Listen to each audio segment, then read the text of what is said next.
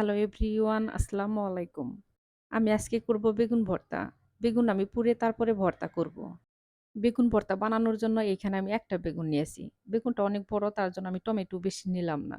একটা টমেটো নিয়েছি। শুধু বেগুন পোড়া ভর্তা তো মজা লাগেই। যদি সাথে ২-১ টা টমেটো পুড়ে তারপরে ভর্তা করেন বেগুনের সাথে, একটু টকটক লাগবে, ভর্তাটা দেখবেন যে আরো বেশি মজা লাগবে। বেগুন ভর্তা বানানোর জন্য ১ম এ আমি বেগুন ধুয়ে পরিষ্কার করে নিলাম। তারপর আমি একটা শুকনা কাপড় দিয়ে বেগুনের গায়ের পানি মুছে নিয়েছি। কারণ বেগুনের গায়ে কিন্তু কোন রকম পানি থাকা যাবে না। বেগুন পুড়ার আগে আমি বেগুনের গায়ে একটু সরিষার তেল মেখে নিয়েছি। আর টমেটোর মধ্যে একটু সরিষার তেল মেখে নিয়েছি। আমি এখন চুলার জাল বাড়িয়ে দিয়ে বেগুন আর টমেটো পুড়ে নেব। বেগুন আর টমেটো কিন্তু পুড়তে বেশি সময় লাগে না। কিন্তু বেগুন বারবার উল্টিয়ে পাল্টে দিতে হবে। বেগুন যখন একদম পুড়া হয়ে যাবে তখন আমি চুলার জাল একদম কমিয়ে দিয়ে তারপরে কিন্তু বেগুনটা পুড়ে নিয়েছি। যেন বেগুনের ভেতরে খুব ভালোভাবে সিদ্ধ হয়। তাই শেষে একটু চুলার জাল কমিয়ে দিয়ে বেগুনটা পুড়ে নেবেন। আর যদি বেগুনের মধ্যে চুলার জাল একবারে বাড়িয়ে দিয়ে পুড়ে নেন, উপরটা দেখবেন যে পুড়ে যাবে কিন্তু ভিতরে কিন্তু সিদ্ধ হবে না। বেগুন পুড়ানো আমার হয়ে গেছে। বেগুনের উপরে যে কালো খোসাগুলো আছে সেগুলো আমি এখন ছাড়িয়ে নিব। বেগুনের খোসাগুলো আমি গরম অবস্থায় ছাড়িয়ে নিচ্ছি। রান্না-বান্না করতে আমার একটু দেরি হয়ে গেছে। আর দুপুরে খাবারও সময় হয়ে গেছে, তার জন্য একটু তাড়াতাড়ি করতেছি বেগুনটা ভর্তা করার জন্য। এভাবে গরম বেগুন ভর্তা করবেন আর ধোয়া ওঠা গরম ভাতের সাথে খাবেন। গরম ভাতের সাথে কিন্তু বেগুন ভর্তা খেতে বেশি ভালো লাগে। বেগুনের থেকে খোসা ছাড়িয়ে নিয়ে কিন্তু বেগুন আমি আর ধোবো না। এইভাবে আমি বেগুনটা ভর্তা করে নেব।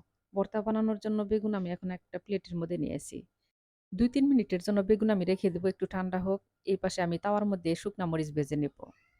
পোড়া বেগুন ভর্তা আমি শুকনা মরিচ দিয়ে করব। আর পোড়া বেগুন ভর্তা শুকনা মরিচ দিয়ে ভর্তা করলে কিন্তু বেশি মজা লাগে।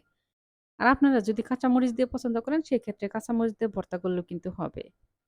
২-৩ মিনিট পরে বেগুন অনেকটা গরমই আছে, একটু ঠান্ডা হয়নি। এত গরম হাত দিয়ে গলাতেই পারতেছি না, তাই চামচ দিয়ে একটু গলিয়ে নেব। বেগুন ঠান্ডা হওয়ার পর আমি এখন বেগুন হাত দিয়ে গলিয়ে নিব। আর বেগুনটা কিন্তু এখনো অনেক গরম আছে, তো এই অবস্থায় কিন্তু ভর্তা করতে হবে, আবার একদম ঠান্ডা করে ফেলা যাবে না। এখন আমি শুকনা মরিচ নিয়ে নিব। আর বেগুনের মধ্যে যেন কোনো রকম গুটি না থাকে, একদম হাত দিয়ে গলিয়ে মিহিন করে নেবেন। এখন আমি স্বাদ মতো লবণ নিয়ে শুকনা মরিচ হাত দিয়ে ডলে নিব।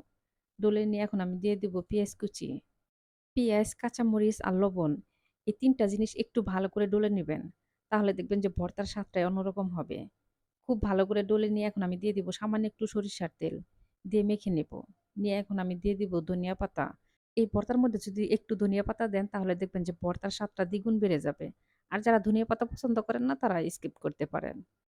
দেখেন আমার পুরা বেগুন ভর্তা হয়ে গেছে। আমি একটু কাছ থেকে দেখিয়ে দিচ্ছি, দেখেন কত সুন্দর হয়েছে। আর মাশাআল্লাহ খেতেও কিন্তু ভীষণ মজা হয়েছিল।